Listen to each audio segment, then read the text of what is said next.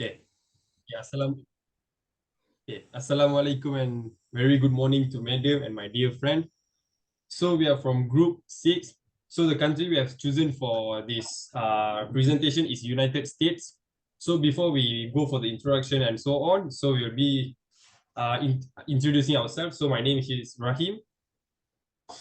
My name is Deva. My name is Yogesh. And my name is Mithiran. My name is Daniel. Okay, so I'll go for the introduction. So if you look here, it's like a brief of United States. So the official name of United States, US is United States. So the form of government is constitution based on Federal Republic. It's divided into three sections, which is legislative, executive, and judicial. Yeah, okay. So the capital here is Washington, D.C., which is DC stands for District of Columbia. So the population based on 2021 here is 331.9 million. So the language in US is English and Spanish, which means they have no official language. So the currency they be using is US dollar. It's considered as the world's leading reserve currency, which means it's have like enormous influence in global trades and finances. So the geography here is the US is the world third largest country in the world. Yeah. So the border here is bordered by the Pacific Ocean to the west, the Atlantic Ocean to the east, Canada to the north, and Mexico to the south. So the landforms here features a large middle of plain and high peak in the west, with Death Valley as the lowest point and Denali as the highest peak. So the dominant activity in US is like professional and business services, real estate, financial, and healthcare.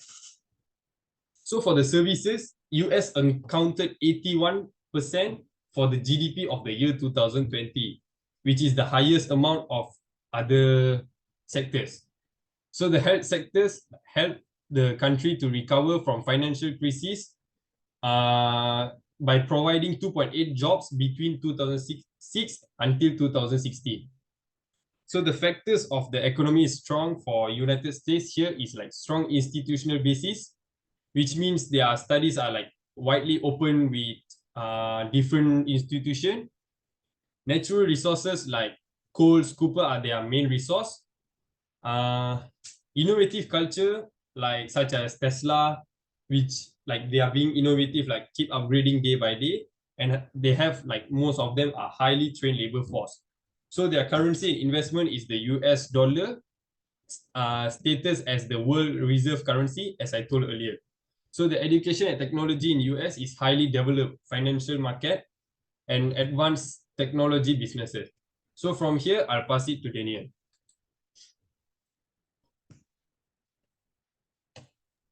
All right, thank you, Rahim. So moving to the next one is article review for US economy overview in February 2024. So the US economy added 275,000 jobs in February, surpassing expectation of 2,100. The unemployment rate rose to 3.9, the highest since January 2022. For the key sector performance divided by 3 is job growth, labor market balance, and wage growth. For US financial services industry overview market size, US financial markets are the world's largest and most liquid. For the economic impact, job creation and facilitates US exports, the manufactured goods and agricultural products. For the trade surplus, 60 billion surplus in financial services, and for the foreign investment is 763.3 billion in 2019. For the impact of immigration on US economy, it increased immigration when the economic recovery, and for the job growth, foreign-born workers to fill post-pandemic labor gaps, facilitating job growth. long-term needed for labor force and crucial meeting employment demands amid increasing retirement rates and declining birth rates. For the net migration, the year ending July 1, 2023, saw the highest net migration since 2017. Thank you. I will pass to the next one. Thank you, Daniel. Today we're going to be talking about US economic performance in January 2024. Well, there has been many jobs. There's been 353,000 jobs growth in January, such as all those targets. Such as Targets and all those Walmart they expand in USA, so they need more jobs over there. But there's also been job growth. Wage growth. Sorry for my mistake. Well, wage growth is 0.6 in January as the minimum wage has been increased, and it has also been increased 4.5% year over year, indicating strong wage growth. And an unemployment rate, which is 3.7%, maintaining a streak below 4% for 26 months, the longest since the late 1960s. Well, for the economic outlook, the robust job bolstered consumer spending, contributing to a 2.5% GDP growth in 2023. Well, we'll be talking about global economic trends in 2024. Well, we're going to be talking about global outlook. Positive starts with stronger than expected global growth and decreasing inflation, such as they want to expand horizontally and decrease inflation in the United States, as it is rarely too much, I guess. And inflation dynamics, many countries are experiencing a slowdown in inflation after pandemic-related supply chain issues and price hikes due to the Ukraine conflicts. As you know, Russians are taking sides and they boycotting products and all those kind of stuff. Well, central bank actions also plans to tackle inflation. Severe recession have been averted, contrary to earlier prediction. US economic performance. There has been strength in global recovery with distinct growth prospects and inflation dynamics compared to the other economies. Next slide, please, Rahim. Thank you.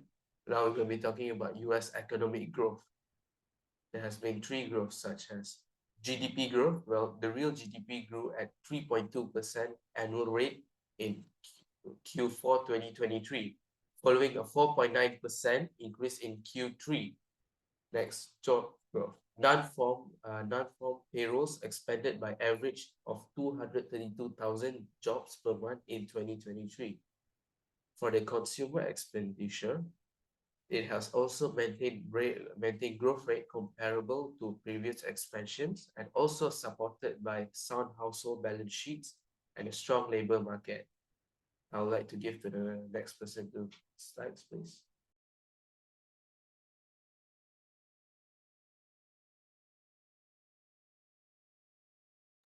Bertrand, I think you're muted. Okay, thank you, Deva. Okay, let's talk about unemployment rate. So unemployment rate defined as the people who don't have job. So it can be calculated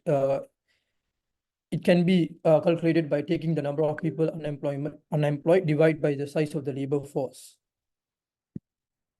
Okay, in terms of macroeconomic activity, unemployment rises during economic downturns and recessions reduce demand, leading to employee layoffs. Measurement. So the unemployment rate can be calculated by the monthly labor force survey, which will be calculated by the Bureau of Labor Statistics. Next slide, Rahim. Yeah, now I'm going to pass to Yogis. Thank you, Mithran. Okay, let's see US inflation rate. Well, the US inflation rate for February 2024 was 3.15%, a slight increase from 3.09% in the previous month and a significant decrease from 6.04% a year earlier. The recent softening in the inflation is attributed to a dramatic drop in fuel prices both domestically and internationally. The long-term average US inflation rate is 3.28%, but the Federal Reserve has targeted 2% inflation rate since 2012, sharpening its monetary policy accordingly. Historical data shows that the inflation peaked at 14.93% in the early 90s, but has since been on a downward trend. Housing costs, which rose by 6% over the past year, are a major contributor to aggregate inflation. In contrast, grocery inflation was 1.2% and energy prices experienced deflation of 4.6%. The core CPI, which excludes energy and food prices, remains steady at 4% in November 2023, with housing costs accounting for 70% of the increase. Economists predict that inflation will continue to decline, possibly converging towards the Federal Reserve's 2% target within a year due to lower energy and food prices. In conclusion, the US inflation rate in February 2024 at 3.15% suggests a moderate adjustment process, with housing costs playing a significant role in inflation, while groceries and energy sectors shows slower price increase. That's all from me. Thank you.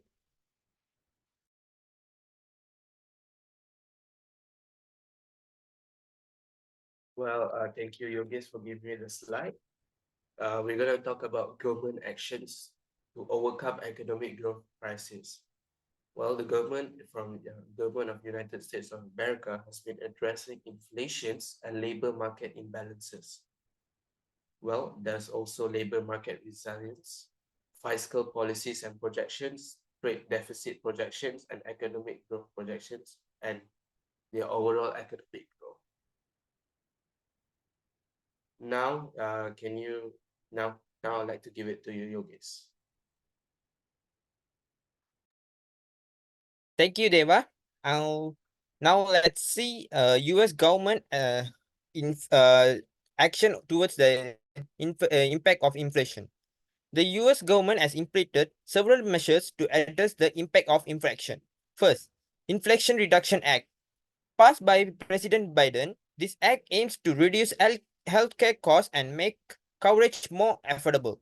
It has led to a significant decrease in medical expenses, saving an average of $800 annually for 15 million Americans. Second is Clean Energy and Climate Investments and Finances.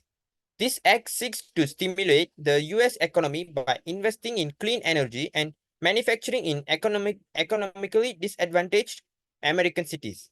Over 115 billion has been allocated to build the clean energy economy. Third is greenhouse gas emissions reduction. Existing laws are projected to reduce US greenhouse gas emissions by 43 to 48% from 2005 levels by 2035. Last is Federal Reserve action. The Federal Reserve action has been proactive in combating inflation, with headline inflation peaking at 9.1% in June 2022. In conclusion, the Inflation Reduction Act focuses on healthcare, clean energy investment, and collaborating with the Federal Reserve to mitigate the impact of the inflation rate crisis on the American economy and its people. Local authorities are leading efforts for economic transformations, environmental protection, and job creation. That's all from me. Thank you. Now let's look at US government action to overcome the unemployment rate crisis. So there are two activities conducted by the US federal government to overcome the unemployment rate crisis. The first one is pandemic unemployment benefit programs. There are several programs conducted by the government, so includes federal pandemic compensation, pandemic unemployment assistance, and also emergency unemployment compensation. So let's look at the second one, International Monetary Fund, also known as IMF, analysis and projections. So the US Federal Reserve has modified the interest rate to record price stability and also fill up the labor demand, which is larger than the supply of employees at the present. Next slide, Rahim. Now let's look at impacts of war on a country. The impacts can be divided into 4 sectors. So the first one is infrastructure destruction.